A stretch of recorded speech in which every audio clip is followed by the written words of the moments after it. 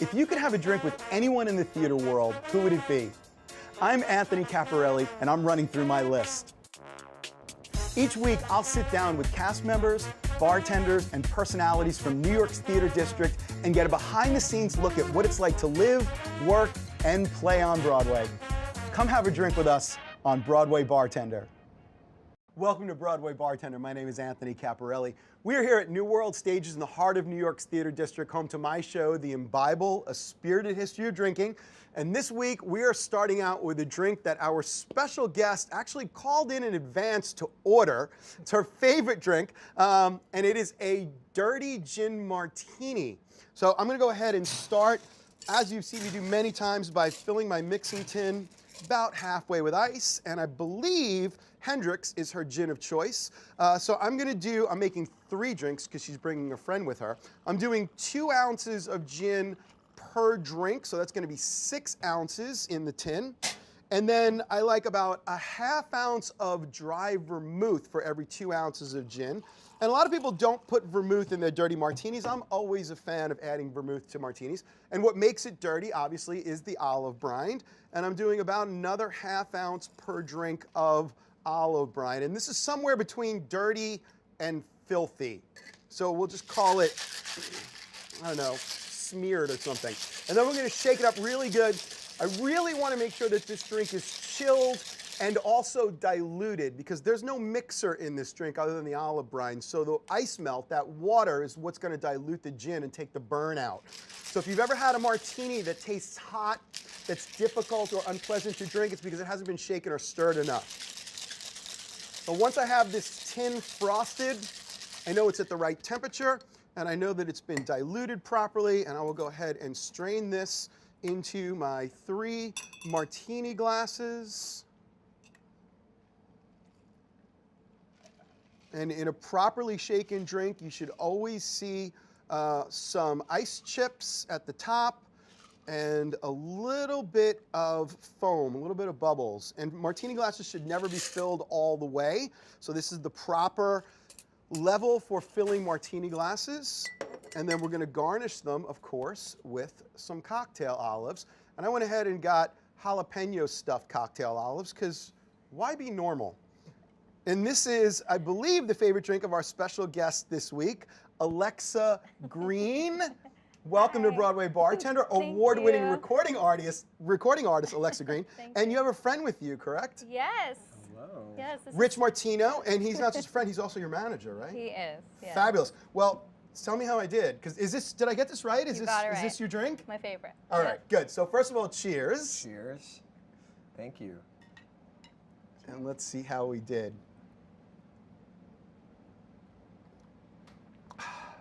Mm-hmm. Is that okay? Yeah, delish. Love it. Love it. Love it? Yeah. Good? Love it. Perfect. Fabulous. Okay. Good stuff. So, Rich, you are Alexa's manager, Whole Artist Management, Whole I Artist believe? Management, yep. Great. How long have you guys been working together? We've been working together, we were just talking about it before, about 4 years together. Wow. Yeah. Okay, and Yeah. now you have quite the storied past. The reason we're excited, we're excited to talk with you today for many reasons, but you have an album out. I do. Okay, great, Yes. which we're going to talk about before. But before the album, you did a lot of theater work as well. Yes. So tell me a little bit about some of the things that you've done. So I went to college for musical theater. Okay, I went where? I to always like to find out. Cincinnati. Oh man, we get a lot of you guys. You have such an amazing program. Yeah. Oh my God. Yeah. We're everywhere, and it's the greatest program ever. So. Well, that would explain why you're everywhere. Yeah. Yeah. Okay. So I went there for musical theater, and like 5 months after I graduated, I did the LA Company of Wicked. 5 months after you graduated. Yeah. Yeah. Wow. And what role? I was the Glinda understudy in the Really? Los Angeles production. Yeah. Oh my good Yeah. get. 5 months out of It college. was incredible because I understudied Megan Hilty, and Eden Espinosa was our Elphaba. So it was like an all-star cast. Yeah. Oh my goodness. Right out of school. Were you just like starstruck? Yes. I was, right off the bus, like flew to LA, left everything here, and had an apartment and a car, and went to rehearsal and learned the show, and there I was. Wow, congratulations. Thanks, yeah. Now, were you representing her, or had you not discovered That was her before yet? I have not Rich. discovered her yet. Okay. Before Rich. Yeah. Wow, and how long did you stay with Wicked? So I did the show through the whole run, the closing of LA, and then the whole San Francisco run. We were sit down there in San Fran. And it was the same company, or did they transfer? Same company. Yeah, we transferred from LA up to San Fran. Tell me about the theater scene in LA, because it fascinates me. I know very little about it. It's robust, but different from New York, yes? Totally different, yeah. And unfortunately, I didn't get to really experience that much of it because I wasn't there that long and I was learning the show and I was so crazy busy. But now I actually know more about it, and I sort of have an interest in possibly going there because there is a small community of us that do a lot of theater. And I saw a play there last year when I was there, and it's like kind of thriving. People love it. It's interesting because I know a lot of people who are actors and performers, they tend to categorize New York and LA as totally. New York is theater, Totally. LA is film, television, depends on what you're doing, can be both. But there's a lot of, well, there's obviously a lot of film in New York, but there's also a lot of theater in LA and San Francisco as well, right?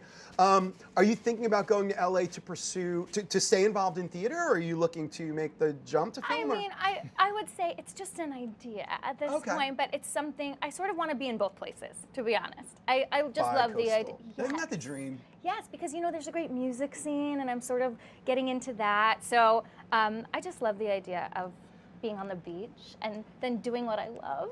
It's the best of both worlds. Flip though, right? What? Yeah, totally. Right, Yeah, totally. Was being involved in theater, when being involved in theater in LA, did you feel like everyone else was involved in film and you were like the theater people, or is there, was there enough crossover between the two that you didn't kind of feel? Crossover. And actually, I was able to get representation out there too while I was there. So I got to do a little bit of everything. And everyone's an actor in LA, so you're just an actor. Like, when you're there, nobody asked, actually people were like, oh my God, you're in Wicked when they met you. So it actually was a bonus, I felt. Right, well, I mean, you're working with Megan Hilty, for goodness sakes, right? Totally, but even just like, oh, you're a singer, it was like an added bonus when I went on an audition or something. Wow, fantastic. Yeah. So what brought you back to New York? We closed, the company closed. And I had just graduated, so I hadn't been in New York. I'm from here, so I grew up here. But I hadn't auditioned, I hadn't experienced really the day-to-day life, so I was like, I want to come home, plus my family's here. Right, and is that how you hooked up with? Yes, so Rich's I was, at that point, I had worked with the same agents for a while, and then I was looking for new representation, and I wanted someone to help me really manage my career because I do a lot of different things and I have a lot of interests. So I wanted somebody to help me like hone it all together. And I got recommended to Rich by our friend Brian, and I met with him, and that was it. We kind of clicked. The rest is history. So Rich, I love that we get a talent manager on the show because we're always we're always talking to artists, and one of the things that I always try and cover with our guests is, how did you achieve success, and what worked for you, what didn't work for you. Tell me, as a manager, I mean, what is it about, and this may be embarrassing for you, but someone like Alexa, I mean, that allows her to, work consistently. What is it that you're looking for? It's basically what you just said. It's work consistently, but behind the scenes. So she does the work. She's the one in the recording studio until 4 o'clock in the morning because it's just not quite right. Like if you think about LA and you think about New York and you think about all the people that come through anywhere in these entertainment capitals, everybody wants the job and everybody is just that much hungrier than the next. So in order to really, really succeed, you have to be the one that works the hardest and books the job ultimately. I love that you said that because, in Broadway Theater Studio, which is my production company, we work with a lot of up-and-coming actors. And the first thing everyone wants when they graduate college is they want an agent, they want representation. Yeah. And at least what I've always told them is that that's not always the right step for everyone at that point in their career.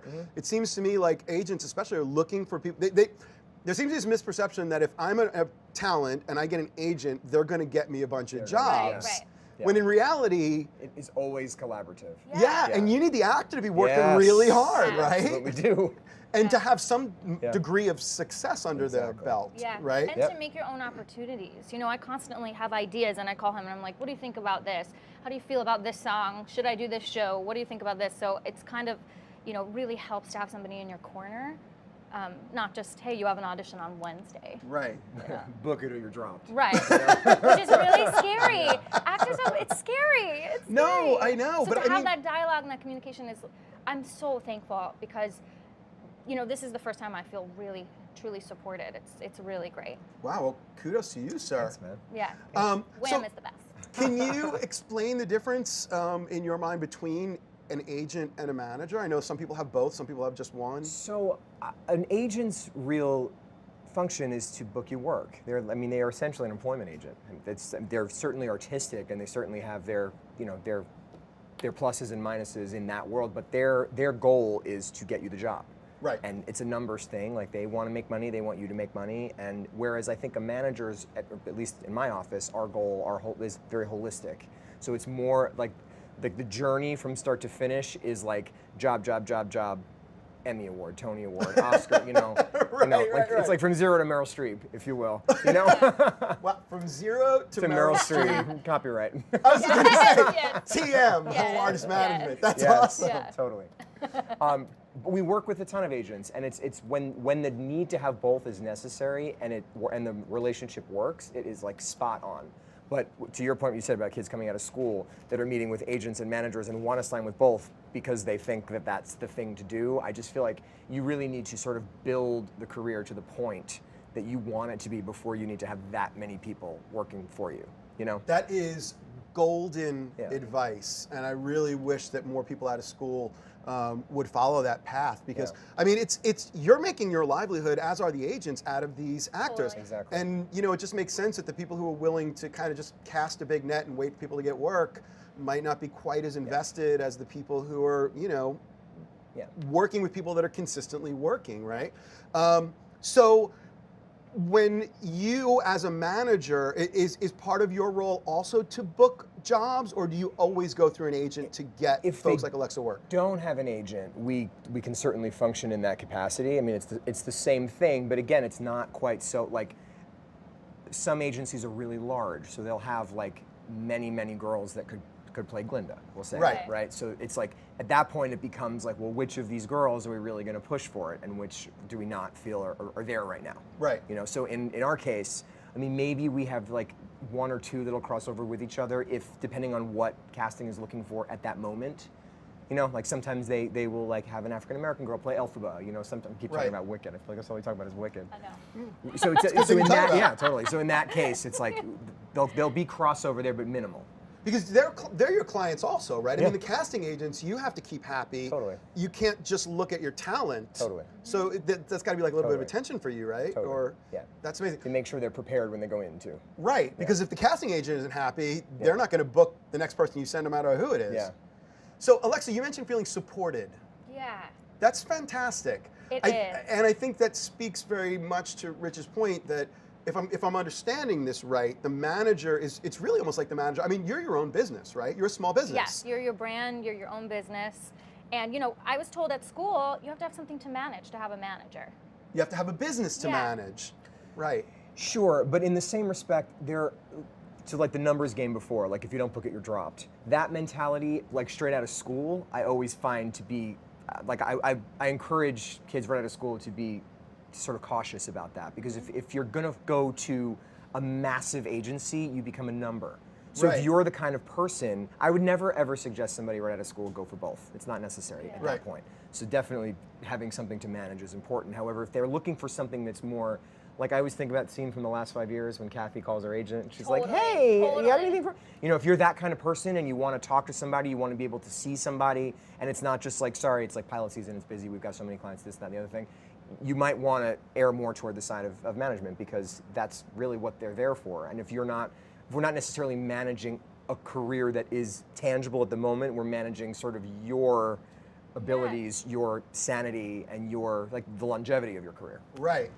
So you coming out of the tour had a business, essentially. You knew you had something Yeah. that people were willing to pay you to do, and so having a manager at that point makes as much sense as having a manager for a retail store or Yes. something like that. And that's not always a skill, I think, that artists bring to the table. Well, I knew I wanted to do a record at some point, and I knew, I have all these singing gigs on the side of my daily acting auditions, and so I wanted to have a way to like bring them all together and have someone that understood that about me, and not just, oh, she's going in for the ensemble of this show and this show and this show. I wanted to be a little bit more specific about myself and not picky at all, you know, be super open to anything that was going to come my way, and try a little bit of everything. And I said to him, you know, I want to try a little TV and film because I don't have a lot of experience there, and I want to see what that's like. And it was really great. You know, I can call him and I just know he's calm and level-headed, you know, and it actually helps me think clearer. And actually help make decisions? I mean, are you guys working collaboratively to figure out Totally. what the best next choice is? Yeah. And, Yeah. wow. So that, again, I can see when you have that business that's actually generating some revenue. And that. Now, is there a point, do you think, though, in some performers' careers where they don't necessarily need either an agent or a manager, they just need to be demonstrating that they can work? I mean, I think it's all specific to the person, to the actor, to the performer. I mean, if they're not, so if we'll just use an agent, for example. If an agent is getting you appointments and you're going in for the appointments and you're like down to the final 5 every time you don't book and you're getting feedback and you're not implementing the feedback, at that point, I would say you don't need somebody to represent you, because if you're not willing to do the work, like I said before, if you're not going to take the feedback with an open mind and not be like, oh, that casting director is blah, you know, or oh, that creative team just doesn't like me. You know, at the end of the day, they're the ones that are going to advance you to the next level. You know, it's you have to go through the proper channels. Do you get that? I mean, do you get clients coming back to you that are like, Sometimes they, you know, then they suck. And they Yeah, don't. I mean, sometimes you do. Yeah. It's so personal. Yeah. What Yeah. we do, you know, I and mean, you're vulnerable as an actor. If you so think about you totally, like you go into a Yeah. room, you basically are like, here hey, this I is what I am." wore today. Do you like me? Yeah. You know, and that's what it comes down to. And if you get told no so many times, And you get in your head, you know, Yeah. and then you take things personal. So yeah. you just have to make your own opportunities and be totally yourself, 100% your authentic self, as best that you can. You know, Right. people say that, but So tell me how you decided, it sounds like collaboratively, that the album was the right next step. How'd you put all that together? I mean, that's like a lot of people, that's a dream for most people. Yeah, I knew I wanted to do it, but I wasn't ready. And I feel that way a lot. Sometimes I'm like, I'm not quite ready to do this, but I know it's going to happen. I think going with your gut is a good thing. And I, you know, have almost been out of college now for 10 years. Not to date myself, but Well, you look fabulous. I knew, thank you, but I knew that it was the right time to do my record, because I wanted to have a calling card to take with me. I wanted to be looked at and seen, you know, as a legitimate singer, somebody that, you know, whether I created it for myself or not, you know, had a team or not, I wanted to have something real to hold and to call my own that I made 100% myself. Right. So I had one of my best friends from college. He knows me, you know, through thick and thin, inside and out, and he kind of, we always had this idea when we were in college to do it. So we just made it happen. We did a show at 54 Below. Oh, I love that. It's a great venue. Yeah, to start the whole process. And then this was the final project. Okay, so Product. what was his role? He produced it. Okay. Yeah, so his name is Mitchell Walker and Ryan Cantwell both produced it. And I got introduced to a fabulous musical director, Dylan Gladhorn, who did all of the arrangements. Everything on it is his work. And I used basically all of my best friends that are creative geniuses that need work. We made this whole thing happen. And as far as the tracks that you picked, is this songbook stuff or? American Songbook, some new things. A song was written for me by, not for me, but written by Jeff Thompson, Jordan Mann. It's a new song called Summer Fling, and I asked to record it because it's amazing, and they're new musical theater writers. And that's an original on Yep, this. so I featured that. Congratulations, And, that's yeah, amazing. Yeah. And yeah, it's great. It's Okay, a dream so come true. you now have something that you can hold. That's yours. I know. Congratulations. Thank That's you. fantastic. Thank you. And not only, I mean, it sounds like you met with some actual, like more than just I can hold it. You won an award for this. Yeah, so I knew I had the idea to have this, you know, on a label. It was Okay. always my dream. When I was a little girl, I wanted to be a pop star and a Broadway star. I wanted both. And I was like, how can I make this Why not? happen? No big deal. So I shopped it around and I sent it to Broadway Records specifically.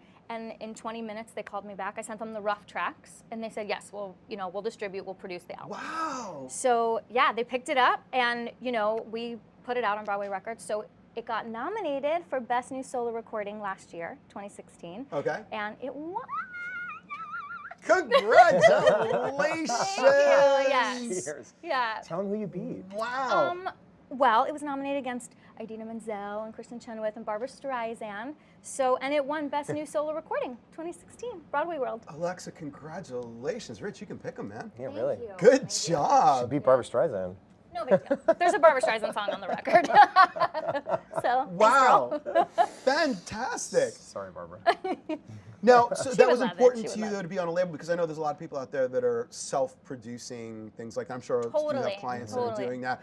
I definitely want to get you back here and have you make a drink, but I think it would be really interesting to our viewers to hear kind of how you make that decision, because it's much easier than it's ever been before to put together an album completely on your own and Yes. distribute. You know, I'm working towards making my Broadway debut, and I'm working towards a career that spans my whole life. I'm going to grad school at Columbia to teach vocal pedagogy, to study vocal, to get my master's. So I have a lot of interest, and I want to blend them together, like I said. And so I knew that Broadway Records was the right place, because I felt like, how do I put it? It's like one of those things that it adds a bit of street cred. Yeah. You know, to be on a label, and you can self-promote, and it's really hard. You know, social media is like a big deal these days, and like I said about the support, to have Van and Robbie and everybody at Broadway Records really support the record and put their stamp of approval on it. You know, I'm not a Broadway star yet, and it's a dream of mine to make that happen. And so to have this behind it, to have them behind the record and say, yes, you know, she's up there with these legends, and she's on our label, and she's an artist, and she's going to do these concerts with her label mates that are Tony Award winners. Right. You know, it That's just, it incredible. adds the legitimacy, and it makes the whole thing really a package for me. Wow, congratulations. That is just an amazing story. So I have to ask you, have you ever tended bar or cocktail wait? No, I worked at No? a wine bar. Okay, that counts, but if you want to be a Broadway star, you really need to tend bar first, Okay. is what I was always always like a little nervous tell because everybody. I'm you know, teeny, It's okay. and so like reaching things was difficult for me. That's, you have other bartenders and barbacks and step stools and stuff for that. Yes. All right, That's what I'm so like, can you get this for me? let's see if we can go ahead with your permission, if that's a good management decision for you, Yeah. if we can launch your bartending career. Does that Let's work? go. do I'm it. ready. All right, great. So I'm why don't you ready. come back here, and I'm going Okay. to go sit right over there. All right. Oh dear. And we're going to be using these two bottles here, Okay. and I'm going to, because Oh, I see something I like. yeah, I want to keep you in the Hendrix mode. Yeah. Okay, yeah. All right, great. Yeah, stick with the same thing, right? Yeah, I figured I would be consistent across the board. Okay. Right. So consistency of brand is important, I believe. Mm-hmm. All right, Yes. so we're going to do a French 75. Okay. Which is often done with brandy, but we're going to use gin. Is Okay. another great way to make this drink. So go ahead in that mixing tin right there. I This want you to one? fill it about halfway with ice with the ice I scoop. see the scoop. Yep, you got it. Halfway. Yep. And we're gonna do about 1 ounce of gin per drink. Okay. So that's gonna be 3 ounces because you're still thirsty, yeah? All right, great. Oh, yeah. So I want you to take that gin bottle. I want you to turn it straight up and down and count Aren't you to supposed to 6. hold it like this way? But you can't with that. That bottle's hard, yeah. Yeah, So just hold it seriously. any way you can. Straight Yeah. up and down to 6. Straight up and down and count to 6. 1, 2, 3, 4, 5, 6. Perfect. A little extra there. That's fine. Yeah. That's You're a good. pro. So that's about 3 ounces of gin. So now we need some simple syrup, which is in that glass. Yep. This one? And we're going to do about a half ounce per drink, which is 1.5 ounces. So I want you to fill up the big side Let's see. and then Where do pour I it pour in. this over? You can pour it right over Right there. down. Yep. So that's 1 ounce. The whole thing? Yep. And pour that in, and then flip over gosh. to the other side. That's a half ounce. Oh my God, and this fill makes that. me so nervous. Yep. So that's 1.5 ounces, and then pour that in. Wow, you're very good at that. Filling it right to the top is very important. Most people don't get that. Good.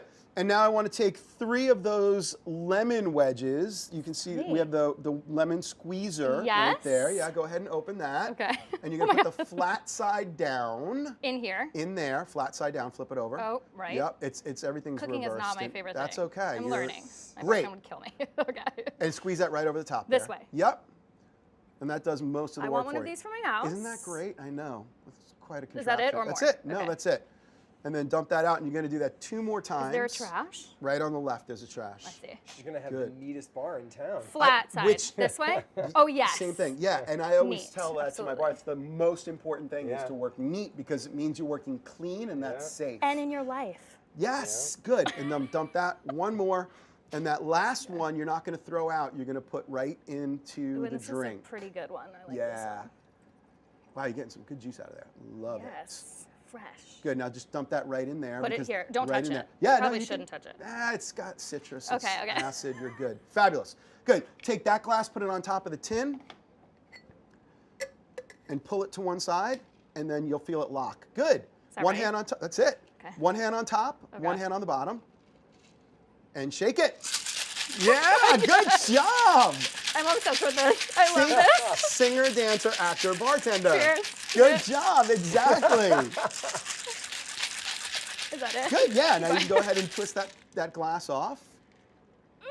Oh no, is it stuck? All right, you want to know a neat trick for getting that off? Yeah. All right, so you can see when you're looking straight down on it that the glass is actually leaning down, right? Yeah. You can see it's leaning down. Yeah. So you're going to twist it so it's leaning to the left or the right, which is what I just did for you. All right, now you're going to take your two middle fingers and put them as high up on the tin as you possibly can. Good. Take your two thumbs, put them as high up on the glass as you possibly can. Put the tin in your belly button Oh my and God. push with your thumbs. Oh my God, that worked. Every single time. What? You never have to bang it. You never have to hit it. I'm gonna need like flashcards for this. Yeah, This just is turn that amazing. over. Whoop. Great. So now I want you to take the strainer, Yes. spring side down. Fabulous. And you're going to put this finger on the other side. Nope, take it. This side. Nope, take it around the other side. There you go. This side. Perfect. Fill these up about halfway. This makes me so nervous. Okay. Halfway. Yep. Good. Are you supposed to like? Normally people go like back and forth, right? Nah, it doesn't But then matter. I'm gonna If you're make a filling it mess. all the way, you could do that to make sure you get the I right amount in. see. But this is not rocket science. Fabulous. See, now you can go back. Good. And now we're going to top it off with champagne, which is right down in the speedway. I know. Do I have to turn the glass or anything, or I just pour it? No, just pour it right in. You're All going to the take way? it almost to the top. You always want a little room for the bubbles. Yeah.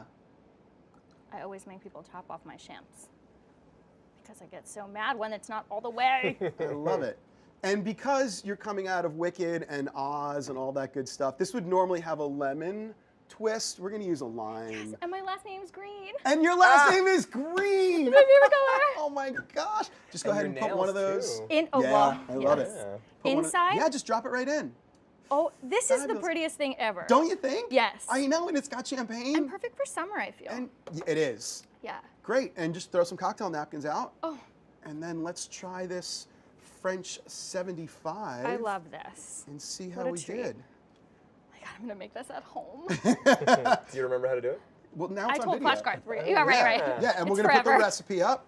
Okay. Cheers. Cheers. Folks, check us out, BroadwayBartender.com, for recipes and website links. Drink well, drink responsibly. And now we have Alexa Green singing If It's Over from her album So Good.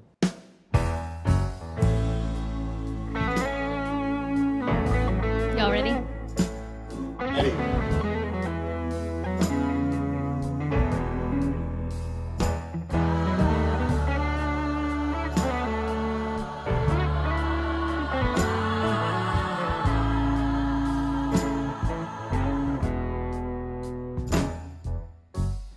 Won't you talk to me? This is so out of hand, out of hand. Something's gone wrong with the life that we planned.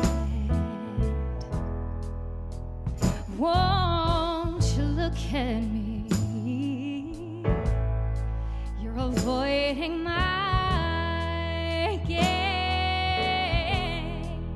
and it seems like you've changed in so many ways.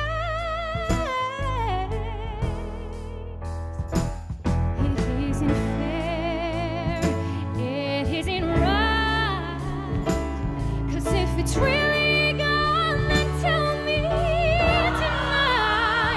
Tell me if it's over. If it's over, then let me go. Won't you speak to me? I'm just here holding on, and I really don't need